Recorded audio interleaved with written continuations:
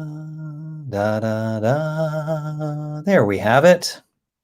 Hey, everyone. Good evening, all. Thank you for Good joining evening. us. I'm so glad to be here with you. So with events like this, when we stream them live on Facebook and YouTube, it takes everyone a little bit of time to catch up, first of all, because there's a little bit of a delay, and to just go through the mechanism to make sure that you're here. So welcome all. And what you can do for us while you're arriving is just let us know where you are. It's always nice. In storytelling, we talk about the value of where. Know where you are, know where your audience is. And that sort of mapping relationship that can take place is really quite powerful. So let us know where you are in the world in the comments, and we can read them as they come in. Now we're streaming from both the group, our Facebook group, which is an extension of our membership, but it's open to all, and our Facebook page, which is where probably many of you are, and then also our YouTube channel. So we have Canada here, Washington, Michigan, just outside Tulsa, Oklahoma. Just right there. Love that the Midwest is represented here. Love it. That's where I'm from. So Yeah, right on. Missouri girl. Grand Rapids and Guelph, I'm assuming. Guelph, Ontario. Kill Devil Hills. Tell you what. I love that. Outer Banks. Welcome, Kill Devil Hills. I used to live in an area that was similarly named. Vancouver. Excellent. Welcome all. Guelph. It is Guelph. Okay, like it's spelled. Nice. Southern tier of New York. Are you Binghamton? Snowy even. Are you Vestal? Are you Endwell? Are you Endicott? Where are you in the southern tier? Can you tell I know the southern tier? Have you had some Speedies? Have you gone over to Nietzsche's Pizza? Nietzsche's? We'll be corrected in just a moment, like with Guelph.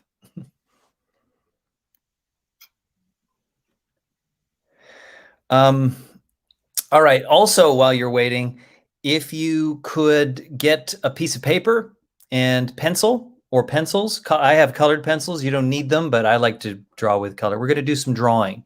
Oh, so it's Ithaca. Okay. I know Ithaca really well. Close to where I grew up. I grew up all over New York State. I was just wondering how much you knew. I was there for 3rd grade. Hi, Brooke from Indianapolis. Hi, Louisville. So you're getting paper. You're getting something to write with. We're actually going to draw, so something to draw with. It could be pencils. It could be crayons. It could be whatever. Doesn't matter. Markers. Chalk. I like to draw with chalk on paper sometimes. Oh, hi. Oh, I didn't know you were there. Hi, Andrea. Wonderful. So I'd say in one more minute, we can jump in. Let's collect a few more locations. Bellingham, Washington. I had a pivotal moment and a miracle. I had a miracle in Bellingham, Washington. When I was riding my bicycle cross country, I arrived in Bellingham and there was an espresso place. This is in the early 90s. And I thought, I'm never going to see this again. And so I got an espresso in Bellingham, Washington, only to find out that every street corner in Seattle had an espresso machine. Hamilton, Ontario. I have a feeling. Ecuador. Hey, gang. Well, fabulous. So I'm David, and I am in Austin, Texas. Hi, Meredith. Hello, David. Meredith here in Burlington, Vermont. Snowy and chilly today. It's Snowy. right late autumn, early winter kind of day where miracles were around every corner. Mm. Yeah, I'm really envious. I posted a question in our Facebook group around the cold because it's been chilly here, but it's not cold. It's not cold cold. It's not like the image for our get together today with ice and snow crystals. It's nothing like that. And yeah, there's a deep connection with cold in storytelling, which is not to say that storytelling doesn't have a connection with the heat as well in warm weather climates. There's ancient traditions all over the world. But for me, there is definitely a connection between the two. Well, welcome, America, Canada, Ecuador, and all. Welcome back from your bike ride. So there are two things that I feel that we should go over as even part of a pre-introduction to what we're talking about, because in the description two things are mentioned. And if you are a member on our website, and if you have been a part of our Facebook group, these are probably familiar to you, but I know that some of you, these are new terms: narrative density and casting spells. Now, you've heard of casting spells before, but we use it a little differently. It's a different context, but there's actually a lot in common with the more traditional phrase of casting spells. But real quick on narrative density, and then we'll jump into the content. When we speak about narrative density, we speak about it like normal density, like physics, that there's a lot that's packed into a smaller amount of area. And the measure of density is how much is packed in that area. Is there a lot in there? Is there a little bit in there? That will tell you how dense it is. That works with story as well. There are certain words and phrases that are narratively dense, which means that they are associated with many more stories. So, I'm going to mention a miracle that happened to me in Trieste. So many of you don't know where Trieste is. Some of you do. So it's not as dense necessarily with this group as, say, for instance, New York City. More dense because some of you have a story associated with New York City, whereas in Trieste, Italy, Trieste is more narratively dense. And there's certain words, dog, Christmas, winter, snow, that are just naturally dense because we all have associations with them.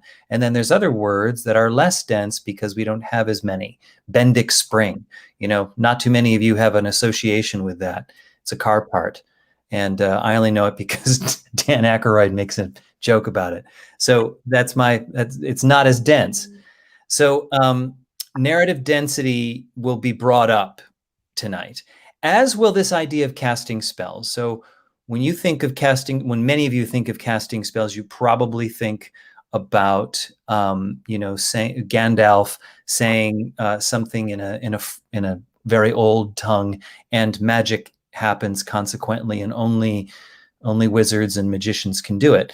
Well, what that is speaking something that is narratively dense and bringing about transformation in the listener, sometimes in the speaker too. So when you say something that's narratively dense, you can create transformation. What else is casting a spell?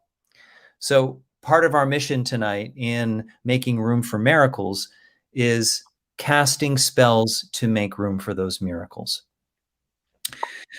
So there's the intro before the intro. Let me just state our intention, and then I'll hand it to you, Meredith. We're hoping in all storytelling, and especially tonight, to move from an intellectual space, to move from the head into the heart. And when we actually conceive ideas, we actually think with our heart and speak from that place, we tell stories. It's how it works. Sometimes those stories are beautiful phrases, descriptions, poems, what have you. All of that is storytelling. It's all descriptive language. So we're not explaining our way to miracles. We're describing our ways to our way to miracles. And the starting place for that is the heart. So keep that image in mind as we move forward.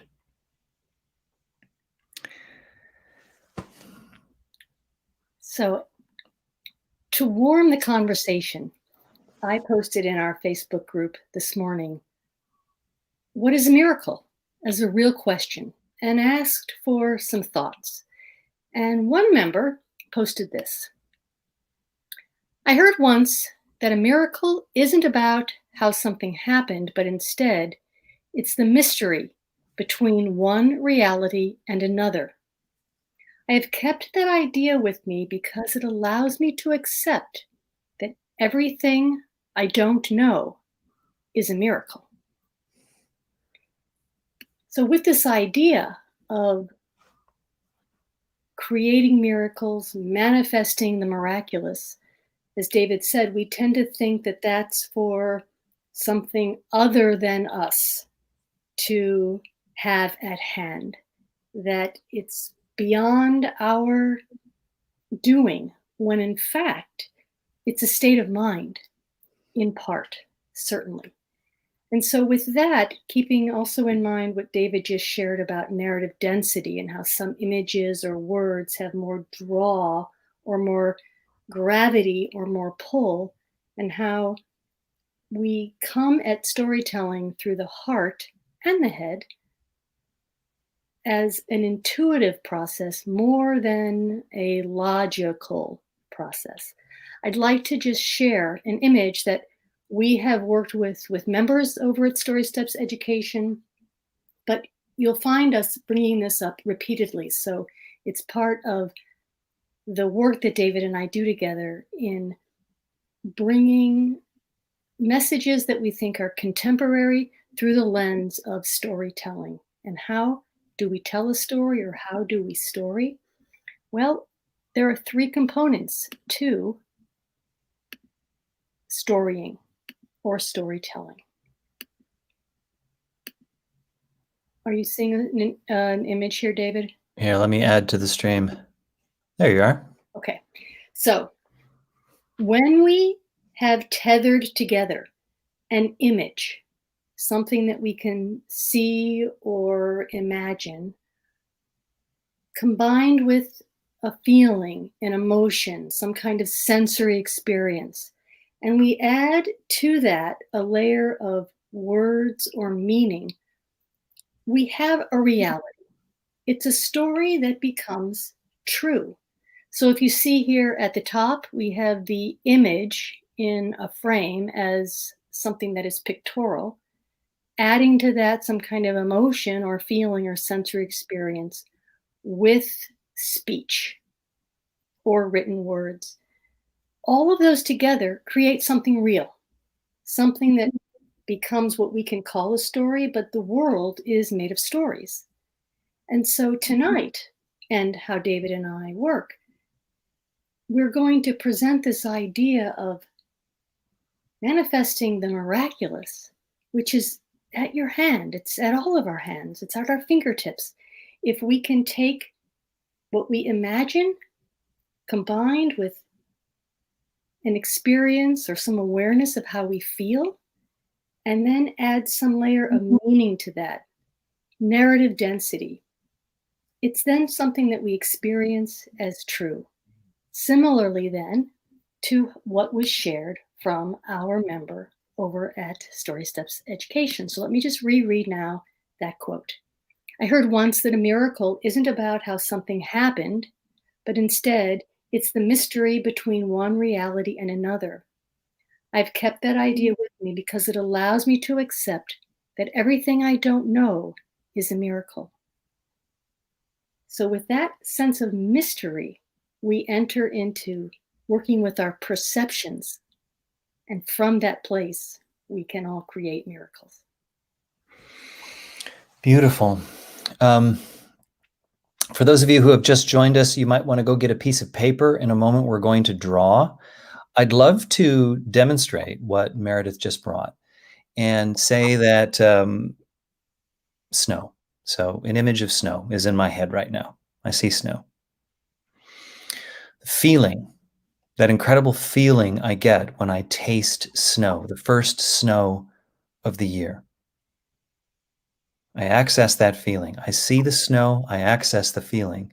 When I put it to words, I will create something for you. She tasted her first snow. And so that is a demonstration of a magic spell. Very small, subtle. You're not flying. You didn't turn into a frog, but you tasted snow. So that is what we're talking about.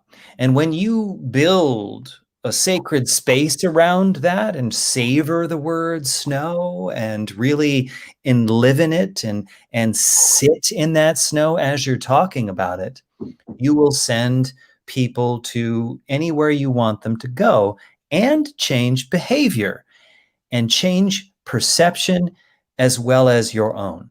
So we're going to start that process manually with doing a drawing. So I don't need to tell you that this year has been a challenge. We're entering into, or we have entered in America, into the holiday season, which tends to start around Thanksgiving. And in Canada, it was a little earlier. We've got Christmas coming up in a few days, Hanukkah, and after Christmas, Kwanzaa, before Christmas, solstice. And then there's just all the magic that we associate with winter already, especially in the north. Some of you might be feeling a little discouraged, be feeling a little held back. You can't do the things that you have always done because of primarily the pandemic. But there's other reasons. There's financial stress right now. There's fear of travel for not only the pandemic, but a variety of other things. There's, the tension between you and friends and family members or community members around politics right now. There's so much that is weighing us down. And what we want to do is establish that baseline. That's our baseline stress. That's where we're starting from with our storytelling. And then you add to that day-to-day stuff, tensions at work, just interactions with your kids, whatever it is, it's on top of that. So that's what we're taking into the holiday season. So let's put that down on paper. So what I'd love for you to do is take a little bit of time, and I'm going to do it too. Just draw it all out. All the things that are weighing on you, all the things that feel that are heavy, holding you back, you might be resentful about, they're bothering you, you're upset in some way, all the things that you don't want to feel.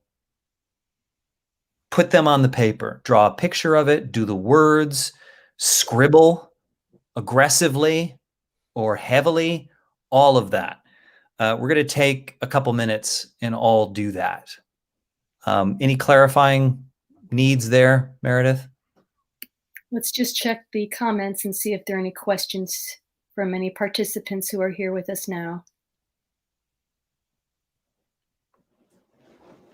You may start drawing. Yes. So while you are beginning, I'll just rephrase this for those of you who have either just joined us or would like to just hear it spoken one more time. We're putting it all out there. What is the baseline? Where are you right now? What's your experience with this holiday season? What's in the way of you tapping into the experience that you really want to be happening? Make lines, make scribbles, colors, images. Fill up the page.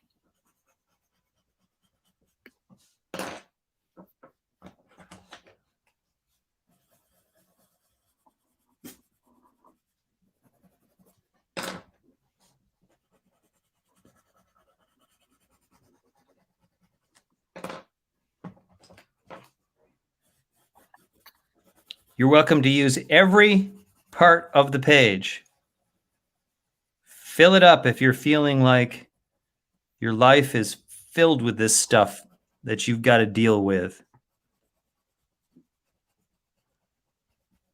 See if you can get as many stressors, bothers, pains, concerns, things you have to manage that you haven't had to before, things that you've had to manage that you have been.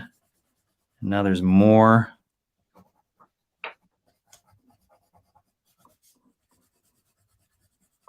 And it could be words, shapes, colors. Mm-hmm.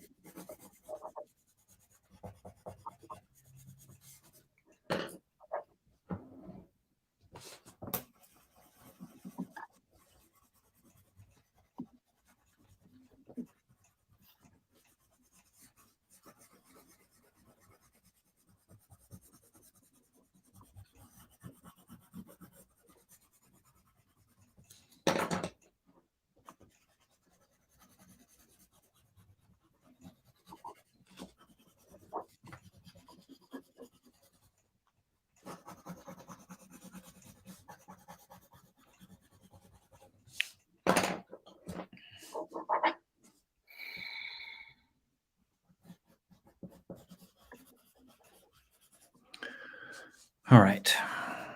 I'll pause there. I'm getting all worked up doing this, and I want to make room for the miracle. So if you've got a corner of your page, or you've got some like bit of it that feels particularly dense, treat that like the narrative density. See that as where's there just so much emotion packed, so much circumstance, so much weight, upset, all of those things. And I'll show you what I got so far here with, all sorts of stuff right there. But imagine like the whole page like this, just layers and layers of color and stuff and activity and heaviness. And what I want you to notice now is you were looking at the positive space. You were looking at the reds and the browns and the greens and all of that. Now focus in on the white of the paper. All right, look at the white of the paper that's there. Don't pay attention to the forms or the color. Just look at the paper. Even if I get in one particular spot, like there, still, there's white that you can see, or there's paper color that you can see. Yeah, I've got words. Mine is very different. Mine was just words with words. But can you bring it close? Or no, probably you don't want to bring we don't need to share the words. I don't want to do that to y'all. Yeah. Okay. All right. Right here. Yes. But you could have quadrupled the number of words, and there would still be a lot of paper color showing through. So the point is, it's not to be clever. It's actually to see what's true, which is that there's a lot yet to fill in. It's like dark matter in the universe being the most abundant thing. It's the stuff in between.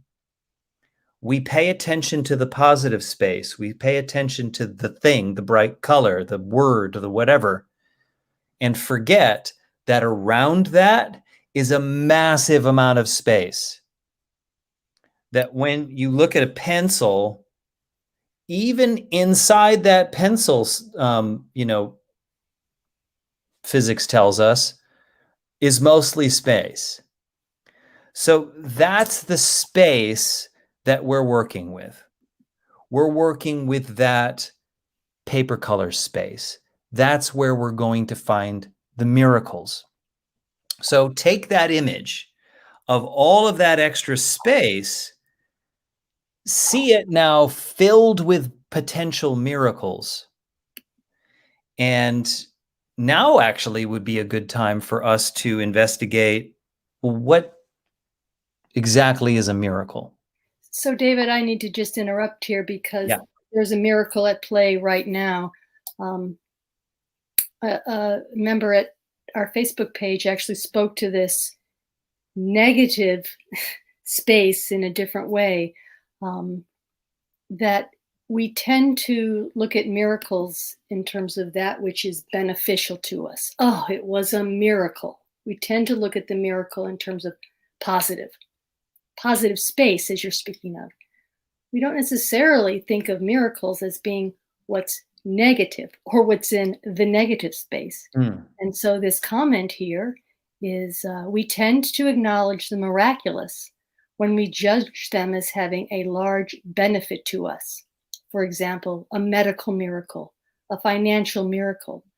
But if the divine sacred world is at play in creating all things, then those things that do not feel positive or beneficial to us are seen for their plasticity, and it becomes play to change them. Play.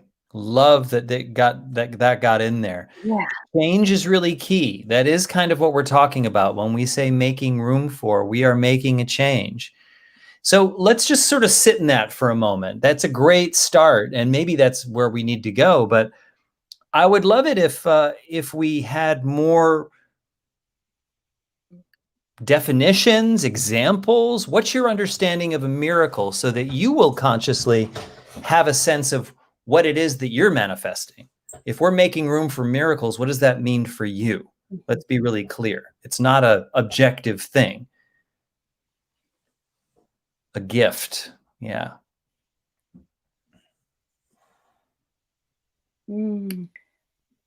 I wonder if it's not just what we don't know, but if it's also what we haven't experienced yet. Nice. Yeah, plasticity. I really enjoyed that as well. And a different take on it would be this comment here: my chest feels strangely tight yet released. That sort of paradoxical experience right there. That could be a way of exploring miracle.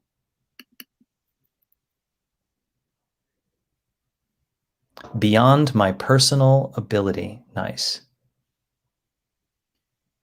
One participant here asked to see the comments, what I had just read, to be placed in the comments. So you can also you can put it in the comment yourself, and then I can pop it up on the screen here too. Oh, okay. So keep them coming. And while they're coming in, I want to tell a real quick experience that I had, which was miraculous. I said Trieste earlier. And when I was in Trieste, I was there for Christmas, ways back. And went there with my friend Massimo. And it was a funny night. And I was feeling a little out of place because my Italian wasn't good.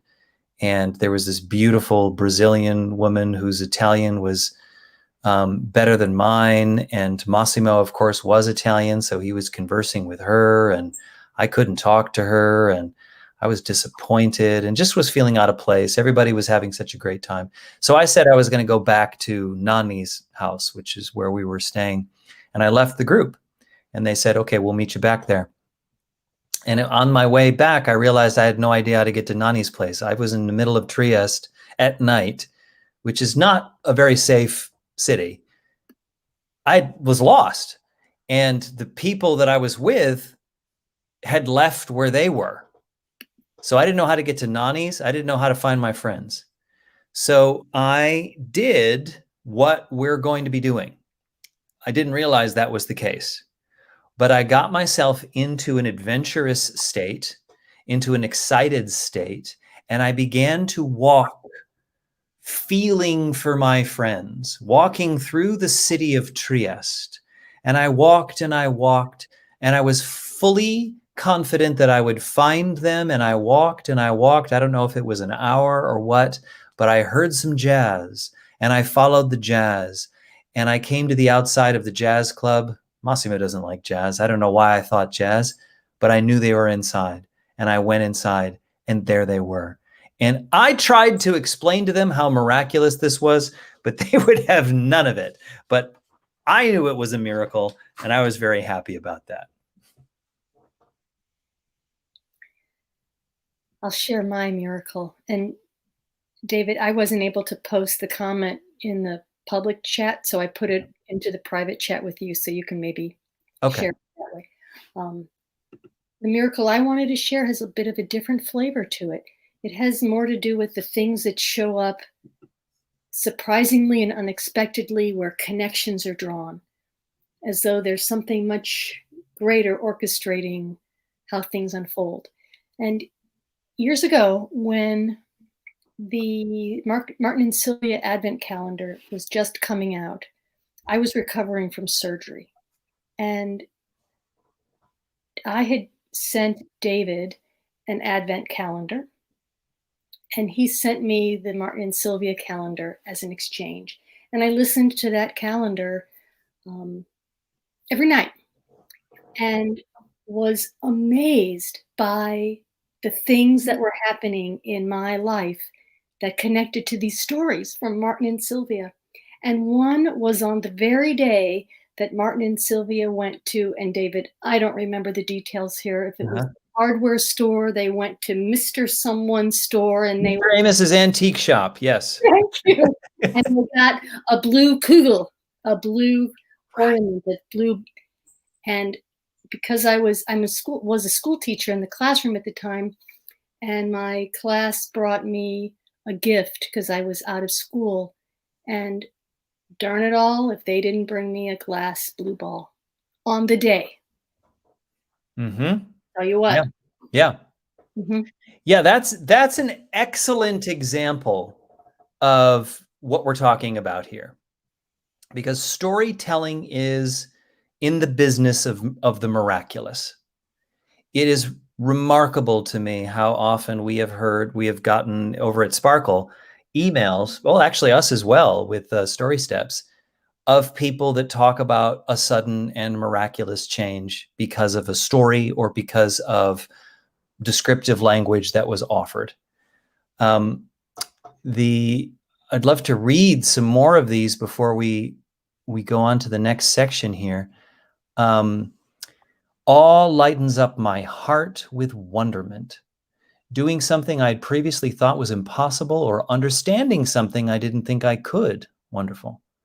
Being able to experience something that you were afraid to be a part of in the past. Absolutely. An unexpected event, or even just your everyday. Every sunrise, every smile, there are miracles all around if you are on the lookout for them. Remember that.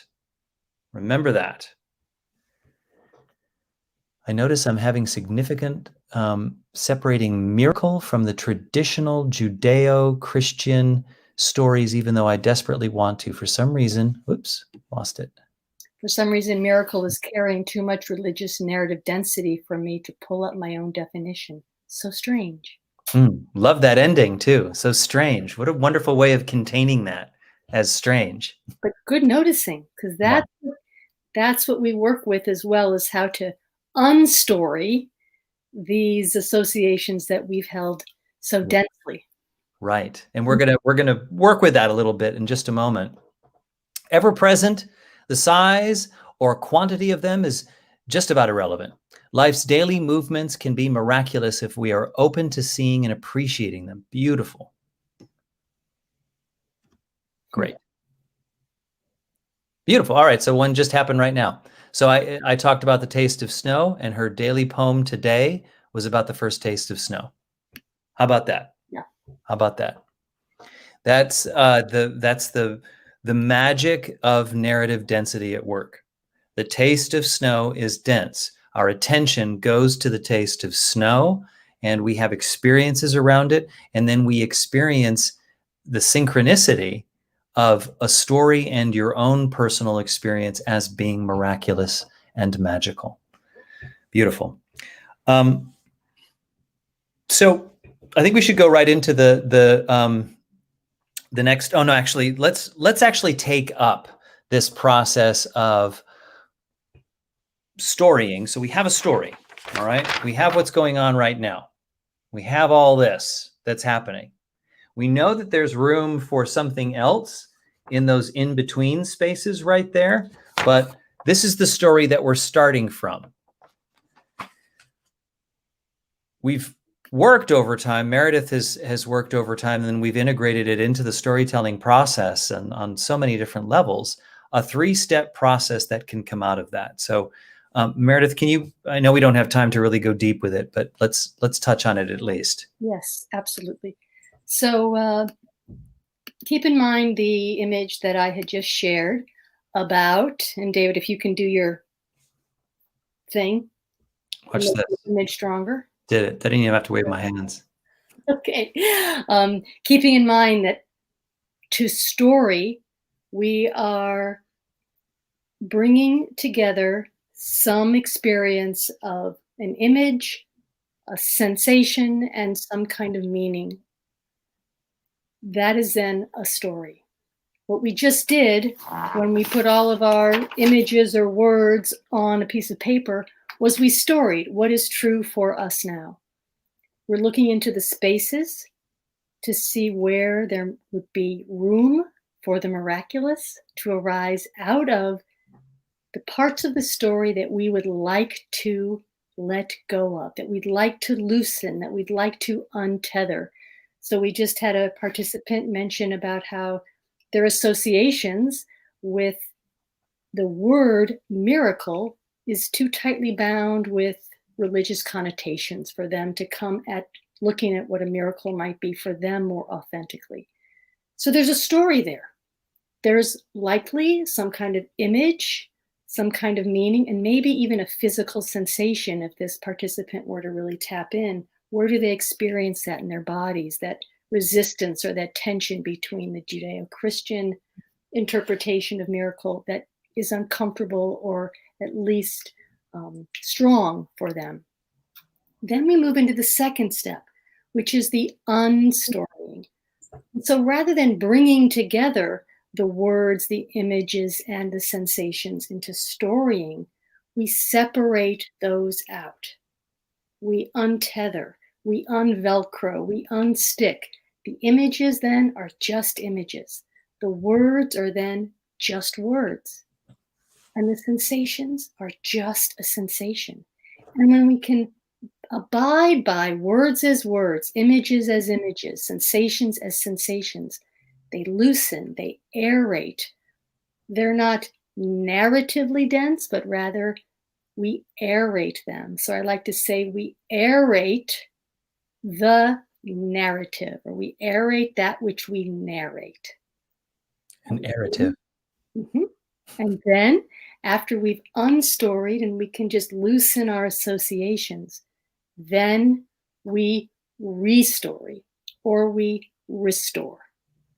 And that's what we're going to move into now, is how can we take whatever scribbles or colors or images or words that came to mind that created some tension for you.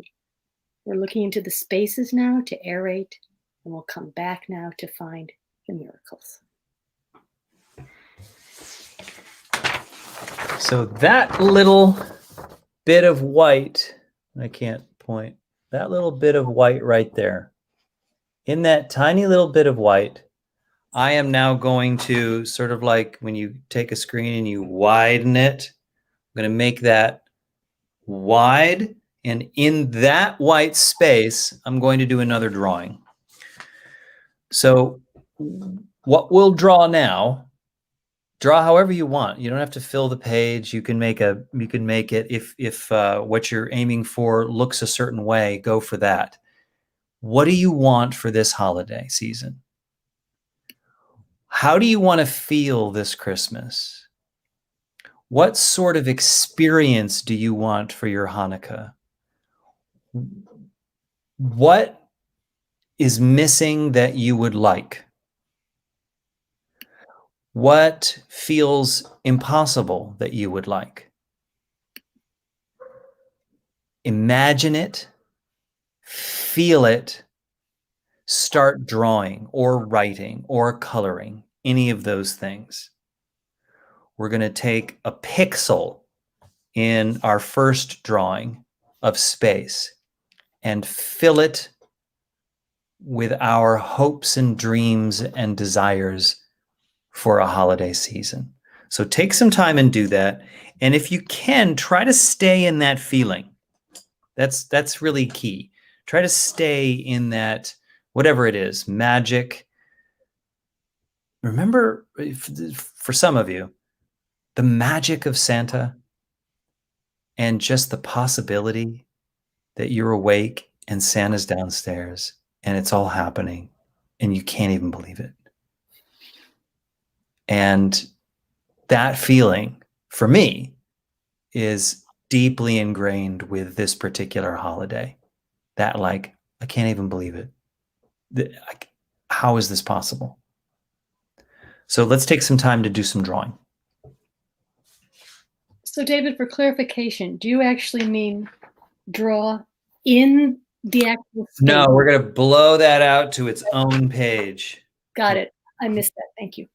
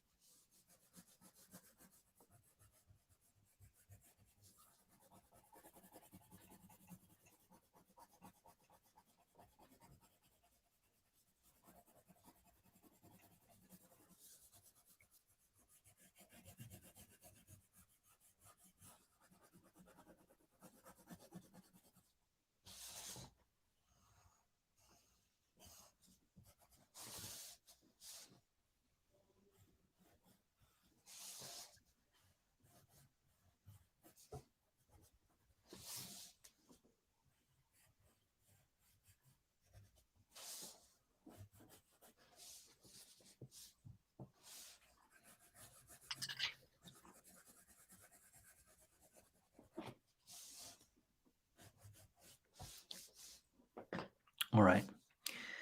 So mine completely different. These aren't meant to be pretty images. So it was much simpler and very much like the banner for this particular thing. I wasn't intending that at all, but that was really holding for me. That magic, that first snow outside where you go out and you can't even believe it. It's so beautiful. Just that layer of snow. And then you hold out your hand and then there's one balanced right on your finger. That kind of magic and miracle of the snow that's right there. What was your experience, Meredith? Well, David, my experience, and again, I was more verbal in what I expressed. I have in the center all of these feelings that I associate with serenity or having the stillness in order to be able to see clearly. And it's through the clear seeing that the miracles can present themselves. I think that it's the more miracles, the quieter we are, the more miracles can present themselves to us. But then surprisingly, and then I just put this heart around it. And what surprisingly just flew from my fingertips were all of these sort of more melancholic emotions. that was around all of the potential for serenity, and I thought, wow, the miracle for me in this is that it can all exist. Mm-hmm. Still have those more melancholic emotions, those can be present, and still Yeah. there's the serenity, and Yeah. still there's space for miracles. And Yeah. it's not about having to have it be only what we associate with positive or Yeah. fabulous or wondrous, but it's Mhm. actually quiet and all-inclusive. Yes, absolutely. Like the best perfumes or cocktails or what have you. They've got just enough sour, just enough of a bite in the back of your, all of that. It's fantastic. All right. So this is a two-part. Look at your image or what you've done so far and tap back into that feeling. Like this image takes me to an image from my youth and all the way up to all the years that I lived in the North. And that kind of awe for me, that whatever it is, whatever the feeling is you're going for. So we're going to tell a story out loud, and you're where you are, we are where we are. We're going to mute and do the same thing. What you're going to do is translate the feeling from the images that you drew and are now experiencing internally. And you're going to cast your attention. We put a lot of value on attention. We have a 4-step process, which starts off with attention. Cast your attention about the room. And if your eye or ear or nose or your sense of touch comes across something that is connected to that feeling, so for me, it would be that awe magic. And I'll look softly around the room, and it's, for whatever reason, a jar of turpentine. So that jar of turpentine, what is that? What is that stuff? That's what my attention will fall on, and I will immediately start to tell a story. Probably going to be about a painter. I don't know, but I'm going to do that in just a moment. So I'll mute. You all do the same thing. Get that feeling, savor it, wash yourself in it. Let your attention roam, see where it lands. Tell yourself a story. We're going to do that for the next couple minutes.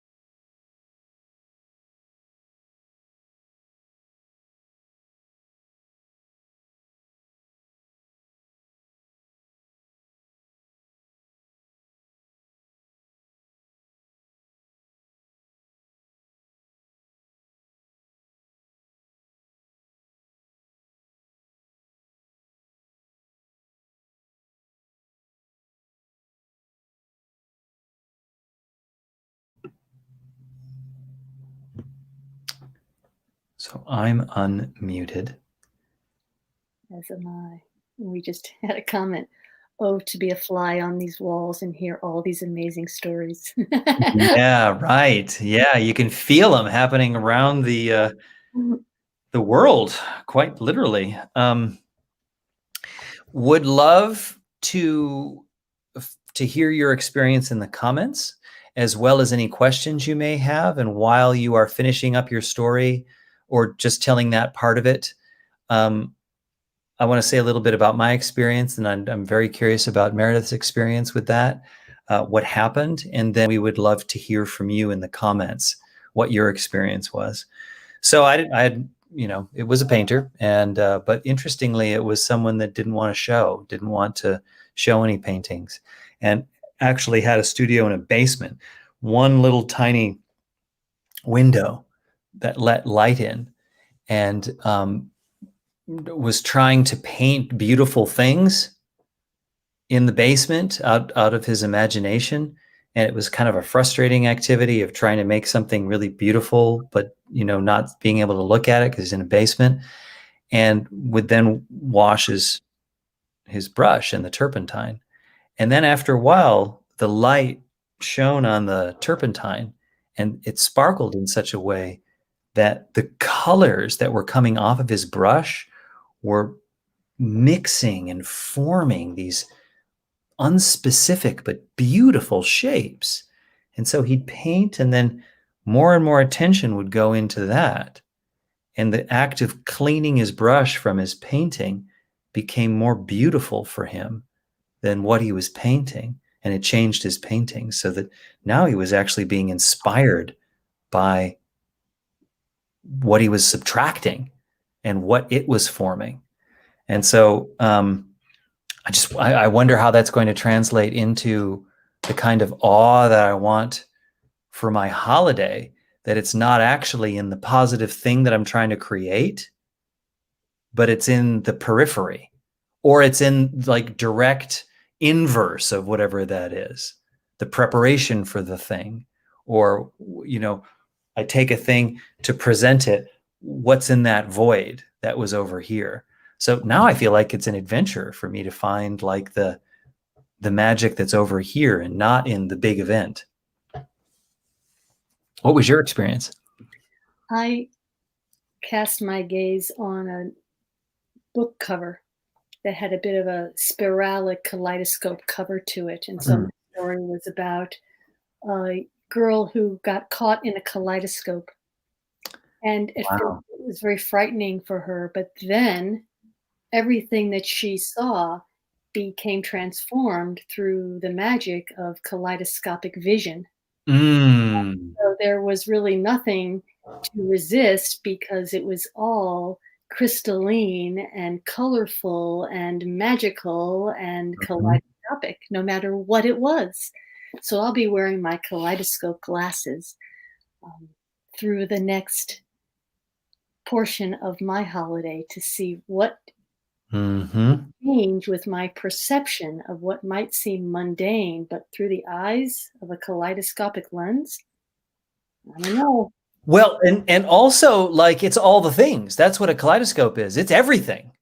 So like the sadness that surrounds the serenity, all of it has to be included. A kaleidoscope is not that interesting when it's all one color. You want lots of color. And so let's put a little frustration in there too, and a few other things. Yeah. My interpretation, pardon me. But so please, we'd love to hear your experience, or if you have some questions, follow up or clarifying, or about storytelling. We're going to continue this conversation in our Facebook group. So if you haven't joined the group, it's free. There's no obligation. It's just like any other Facebook group. You can go to the page and there's an invitation there, or you can go to Story Steps Education group, and you need to ask to be included. But we'd love to have you over there. We're going to keep talking about miracles and talking about this process and sharing our experience there. So it'd be great if you could be there with us. Miracles are healers. Yeah. That's got a lot of layers to it. That's got a lot right there. I'm just thinking of those subtle miracles, those little ones. If we only take the time to pay attention to them for just a moment, what sort of powerful work can actually happen in your body, in your community, in this country. Mhm. Any questions? Anything else you want to add? Team Facebook, lovely to have such a good sized group. And keeping in mind that this practice is something to do regularly and that it is a practice. This notion of storying, unstorying, restorying, and just identifying where do you want to bring images, words, and sensations together, Mm-hmm. and where is it healthier for you to just bring a little distance and separation amongst and between those components. Yes.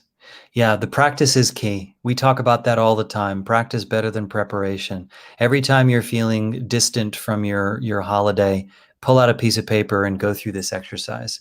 All right, we have a few. Resting and relaxation, letting go of the cares, enjoying the sun and sand around me. I can feel it. I imagine a snowman made of sand. Great image, but the sand, the tactile, all of that, wiping it off of my hands. I'm right there. I didn't think I had a story to tell, and yet one flew out. That's the case.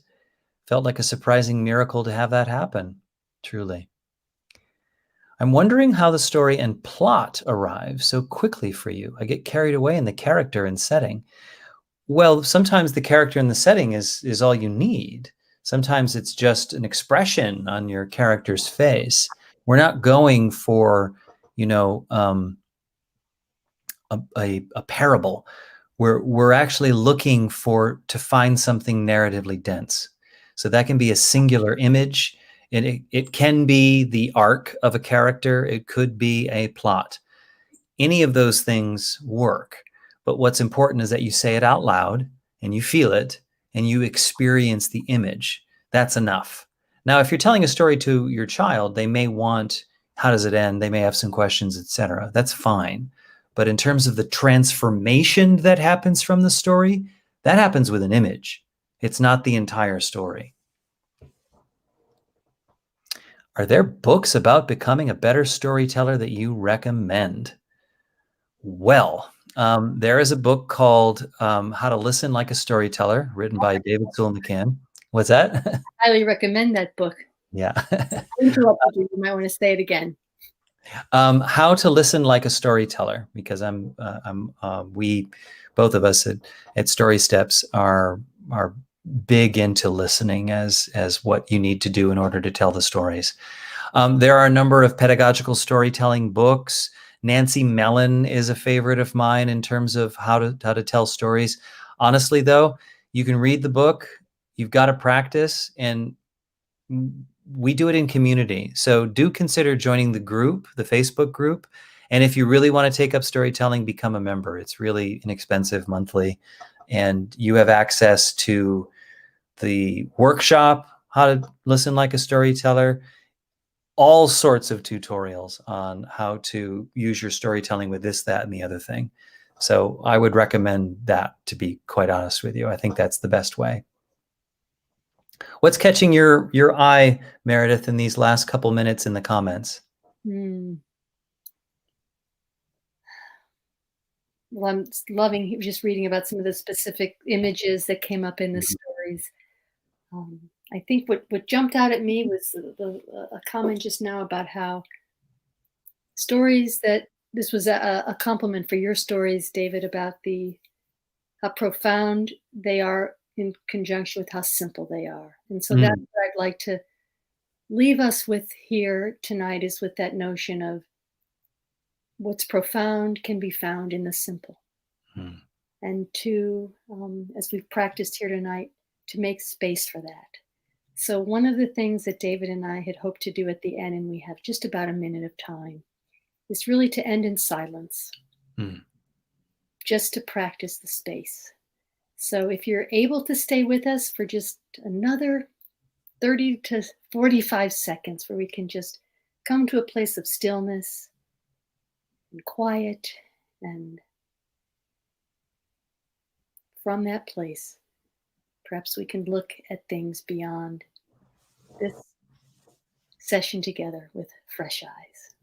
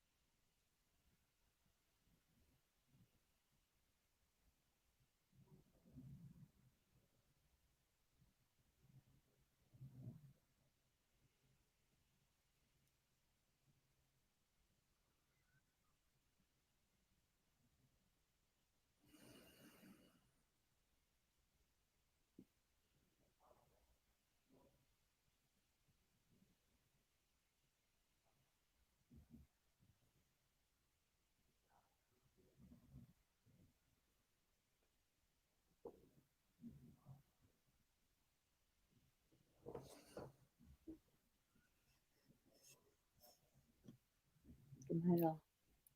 Thank you for joining.